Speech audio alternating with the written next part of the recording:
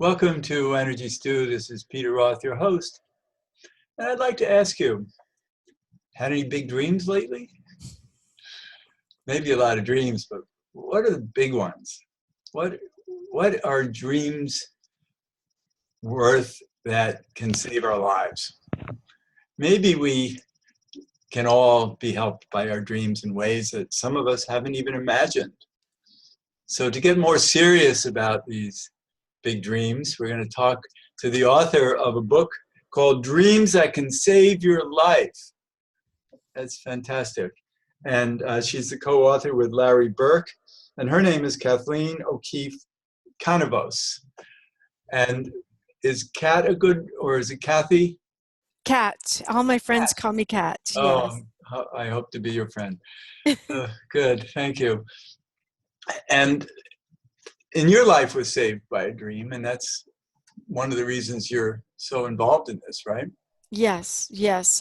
Dr. Larry Burk and I hadn't met until I had finished my first book, Surviving Cancerland, Intuitive Aspects of Healing. And that was about how my dreams diagnosed my breast cancer. And then I went to the medical community and had these dreams validated by pathology reports. So he found my book online, and then he collected 20 women whose dreams diagnosed their breast cancer, and then that breast cancer was validated by the medical community with pathology reports, and he started doing a study on them, and that was the breast cancer dream research study that he did, and I was one of his study patients.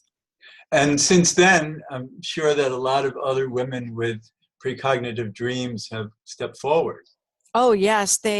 Once we had the basic backbone of the book, Dreams That Can Save Your Life, we put out to the universe basically that we were looking for more breast cancer stories.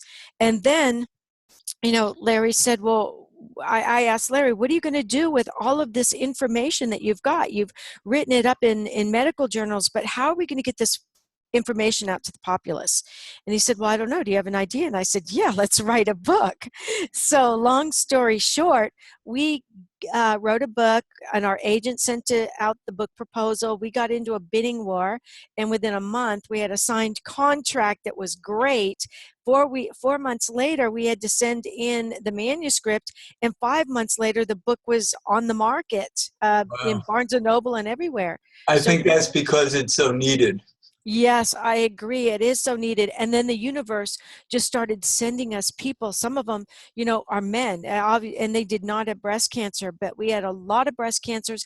We had a lot of other illnesses. So we actually had to change the title of the book from just breast cancer research dreams to Dreams That Can Save Your Life, early warning signs of cancer and other diseases, because we started getting all these other diseases like diabetes, cystic fibrosis. They were all coming in.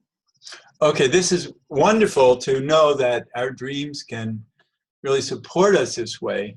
Mm-hmm. But let's understand what dreaming is. Who are we to even have dreams? That our lives need to work through our dreams on those different levels of consciousness. Mm-hmm. That why do we need that? Why can't we know that anyway?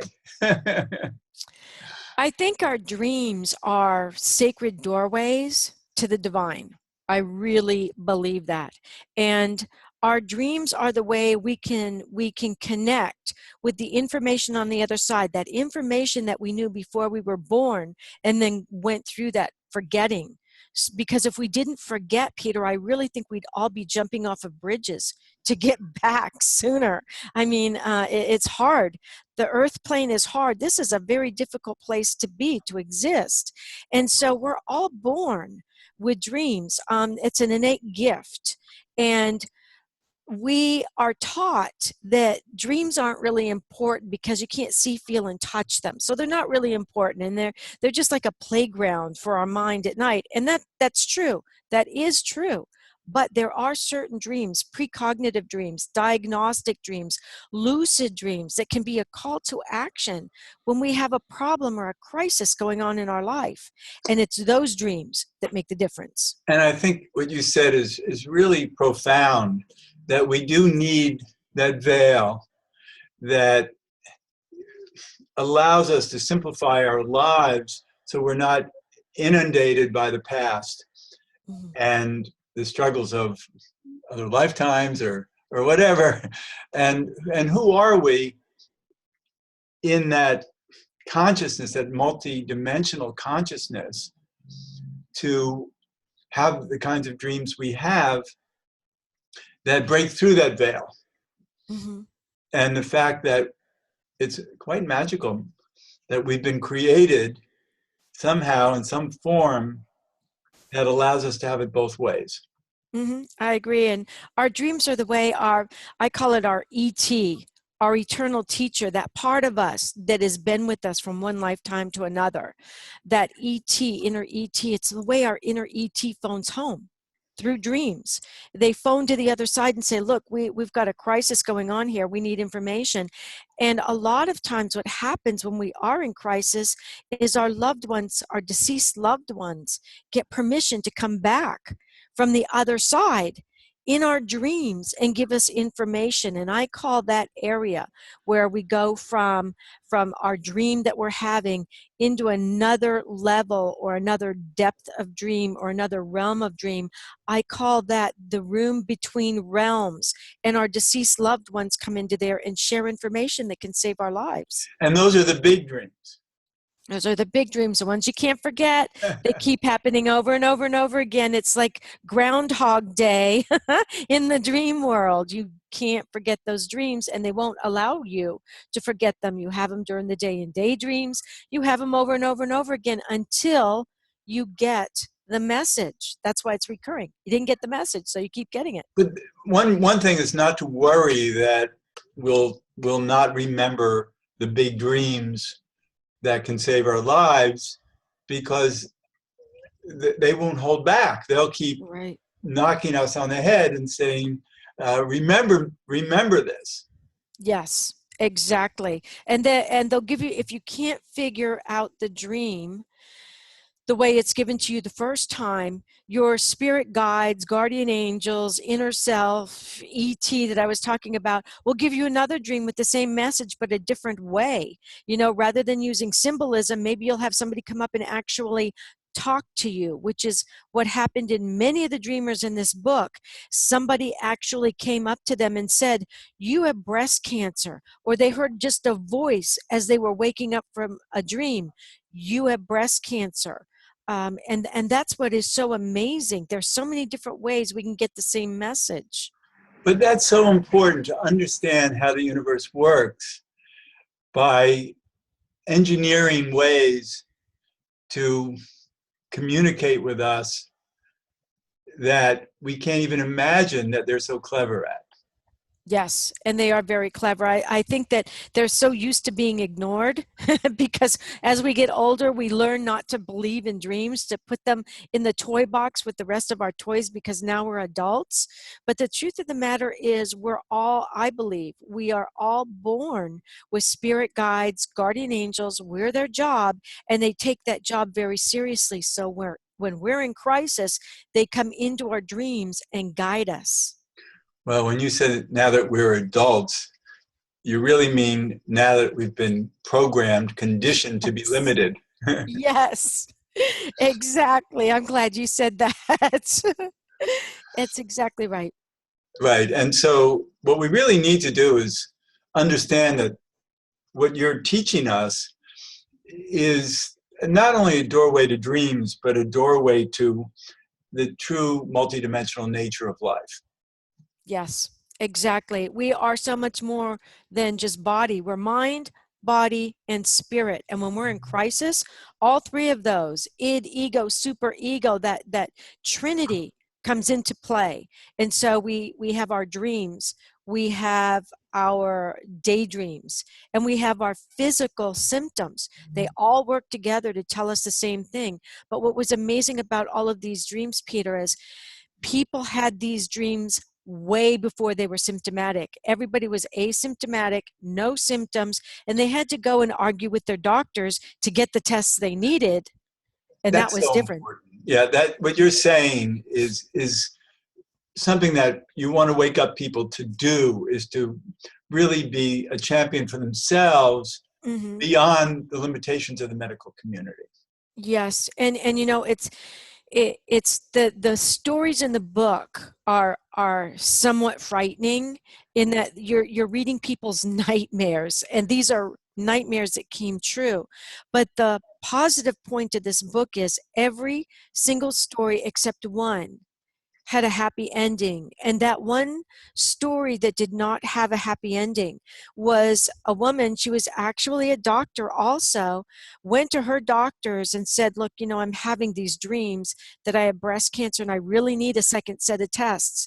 And that doctor said, look, you've already had your first test. You're healthy. Go home, come back in 6 months. And she did as her doctor said. Oh, And when she came back 6 months later, it was too late. She's the only one out of all of these 41 stories.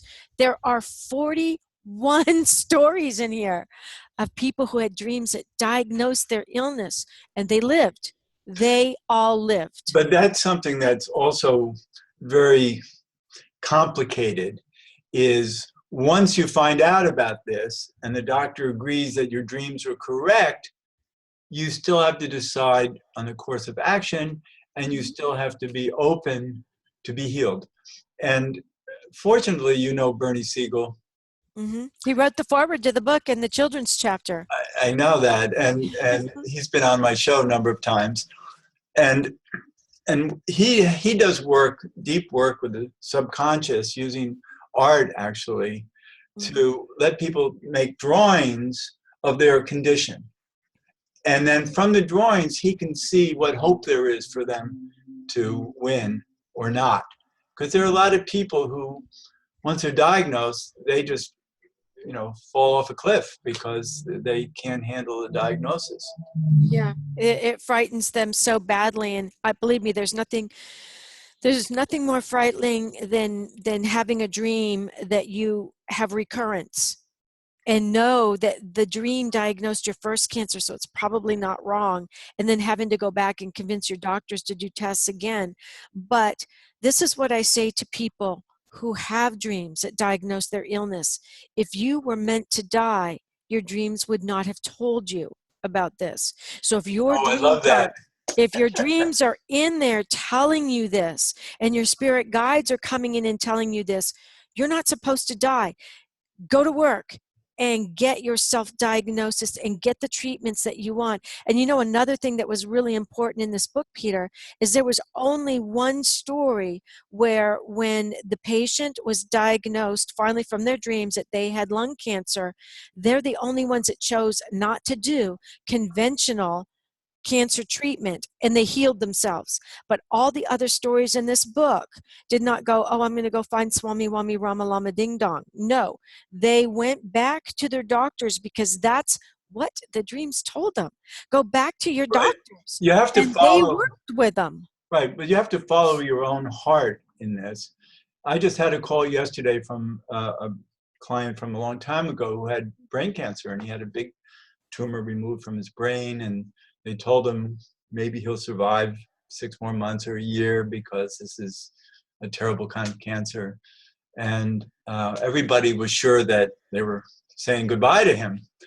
And he came to see me, and I looked at him. I said, you want to live, and you're going to live. And he said, yes, for sure. And now years later, he's still doing great. He didn't do chemo or radiation. And he said that I was the only one who believed that he was going to survive. And he lived on that. And Wonderful. he made that happen. And Mm-hmm. now they're doing a documentary about him. That's great. I'm so happy to hear that. Now, did he have a dream that told him No, he I had don't the, know. no? I don't think so. I'm just No? saying that because of how people approach their treatment Right. and Mm-hmm. where that inner knowing comes from, that you have to go this way or that way. Mm-hmm. I tell people all the time, figure out what's right for you. and Right. then do it. Don't worry about anybody else. This is your journey and nobody else can walk your path.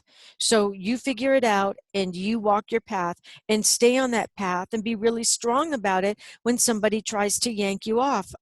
One of the other things that stands out in this book is how after these dreamers were diagnosed, when they had a diagnostic dream, they had continuing dreams to help them get through their treatments. Some of them were told to change their diets. I was told to use ghee rather than Oh, butter. Use ghee, that ghee would be really healthy, and kombucha tea. So once you connect with that dream realm that tells you you have an illness so that you will do something about it and live, those dreams, those precognitive dreams, those diagnostic dreams, those special loving dreams will help you get through your treatment, and they'll give you suggestions on being successful.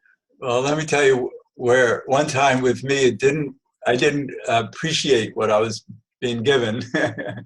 I was going for a run in Central Park, and I ran over to about almost a mile to Central Park from my house, and I got there, and I was about to step on the park road, and I heard, "Stop! Don't do that!" And it was like, what?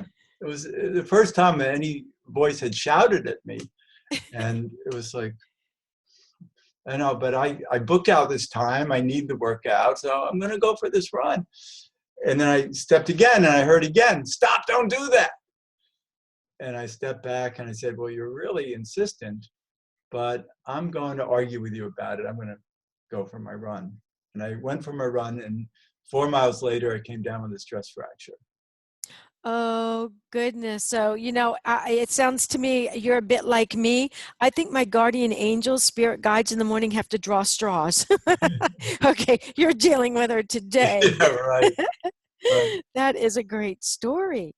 I mean, I would love to have that kind of story in my second book that I'm writing with Dr. Larry Good. Burk, because the publisher sees this as a series of stories. So, for your audience listening now, if you had that is a waking dream or audio, we have other people who have had those as well. People who don't remember their sleeping dreams can have almost like a daydream, because you're kind of daydreaming about going for the run and you're standing there and then boom, you have this voice.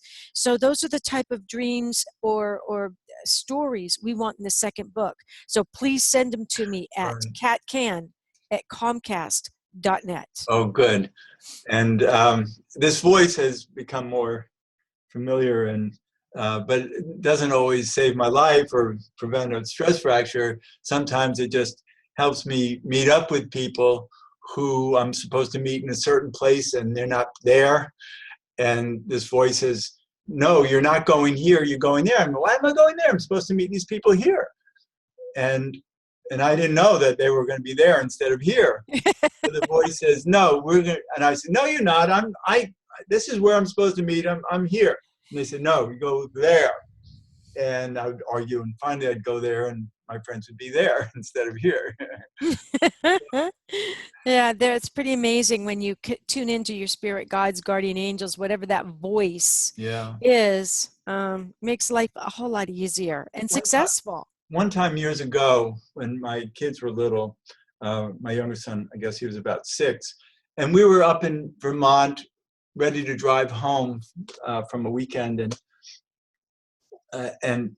I got in. I was loading the back of the van, and all of a sudden I could smell blood, and I could feel blood, and I could say, "Oh my God, there's blood," and we have to drive, a couple hundred miles now, and I don't know. I'm going to have to be really careful because I've been shown blood.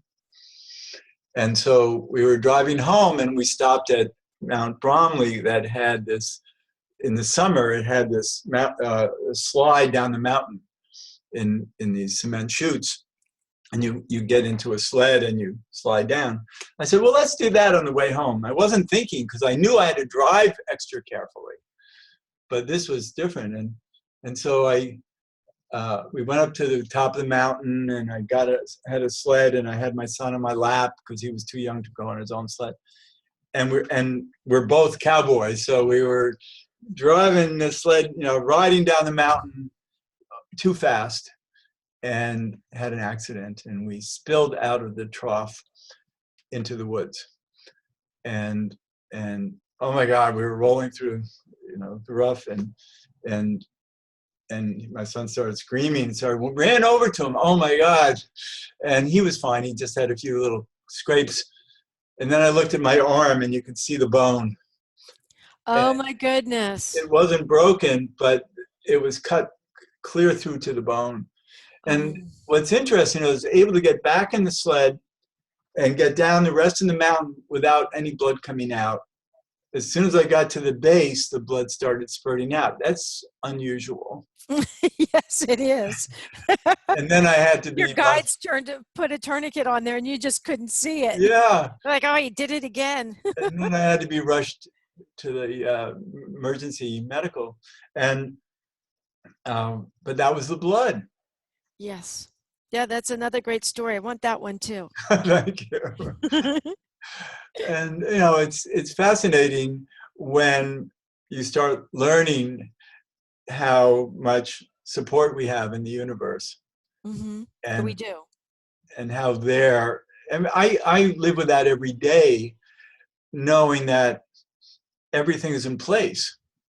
Mm-hmm. Not just our lives and our well-being, but that there's serendipity and synchronicity in life. Mm-hmm. And we can just let go and listen. Yes, absolutely. Just listen and watch. And, and watching is so important. Even if you are a dreamer and you have a certain dream, you may have signs and symbols in that dream that you need to watch during your waking world, because that's how you're bringing the dream and the information into the waking world. And so if you see in your dream a woman walking around in a purple dress, and then there's a car accident in your waking world, if you suddenly see that same woman in the purple dress, get off the road. Well, pull over. It's interesting because one time I was biking through Central Park and there was a bad accident. A biker was on the side of the road and there was an ambulance there. And I drove by and I somehow knew there was something about this that I needed to take note of, but at the same time I didn't. It was like, because I remember it so clearly, it really was embedded in my brain. And then about an hour later, I had a terrible bike accident, and I broke a few bones, and it was a disaster. And I'm still disabled somewhat from it, and yet that was the precognition. And so I've learned, and I think we should all be this way, is to watch what we're being shown and just say, do I have to take note of that and maybe do something about it? Mm-hmm. Ride more carefully for the next future. Yes, yeah, absolutely. We need to be, we need to be really aware. I think you said it, you hit it right on the head. Be aware of what you're dreaming and how you're pulling it into your waking world. Or if you're seeing something, how is that important to your health or your life or your relationships? Yes, exactly. We have to learn to live on these subtle levels.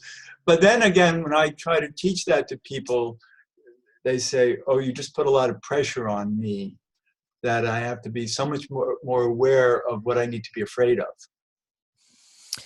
Well, I always tell people when they've said that to me too, the biggest fear that we have is the fear of fear itself. So if you get over that fear and actually embrace the angel of death, because the angel of death is coming for all of us. You cannot run away from the angel of death. If you just embrace the angel of death as a friend who's going to come for all of us, that fear is gone. Because you're going back to where you were before you were born. And trust me when I say you liked it better. Oh, true. The other side is our home. We just don't know it. Mm-hmm. And, we do our best here. But there's a whole philosophy around why we come here, and it has to do with suffering. And so we can find a better light, create a more brilliant universe that way. So And yeah, I I really, believe that we come back because we have a life purpose. Even if our parents told us we happened in the back seat of that old Ford, we happened on purpose. We right. have a purpose and we have to fulfill it. Our spirit guides are to help here to help us. Like I know now that mine is to bring to consciousness a bridge between dreams and the waking world and how we can combine them both for a better life. I love that. You know, it's so important the work you're doing, and Thank you. on so many levels. And you represent it on many levels. You're not just intellectual. You Mhm. really are a spiritual presence who lives a very spiritual life, multidimensionally. Thank you. Yes. I never really thought of that before. Just trudging along on my work there, but yes, and what's a little bit different about me and about the book that I wrote with Dr. Larry Burk also is we're not just telling you what we've learned in other books.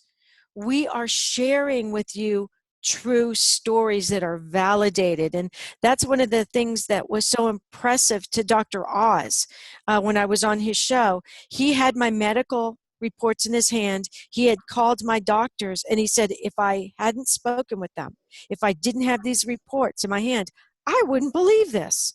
Right. But one thing that we haven't had any time to do is to talk about how fascinating so many of these particular dreams are. Your book is filled with dream stories. Mm-hmm. Dream And, stories. and I think it's wonderful for people to really appreciate how these dreams show up and what people do with them. And that's so much of your book is it's really interesting to see what people experience, what people have experienced this way.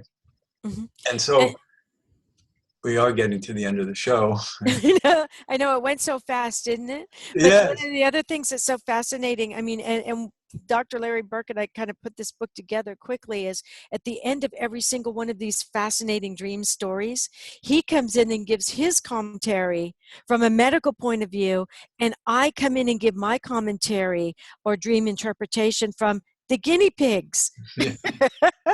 So we've got the doctor and the guinea pig writing the book together. Well, yeah, but you're a real veteran at this point.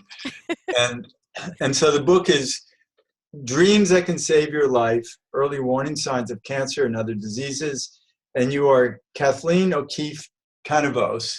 Yes. He's Larry Burk. And is there a website? Yes, you can go to my website, which is KathleenO'Keefe-Kanavos.com, or you can go to thequeenofdreams.com and then LarryBurk.com. Also, you can get to all of our websites that way. And for your audience today, there's a free gift for you on my website. If you buy a book and save your receipt, just go to the website. It'll tell you exactly what to do with it, and you'll get my 101 video dream course. Great, that's wonderful. Kat, thanks so much for being a guest on Energy Stew. It's so great talking with you. Thank you, Peter. It's been wonderful. And this is Peter Roth, your host of Energy Stew at prn.fm. I can be reached at peter@heartriver, HEART river.org, or 212-222-7748. I'd love to hear from you, and thanks so much for listening.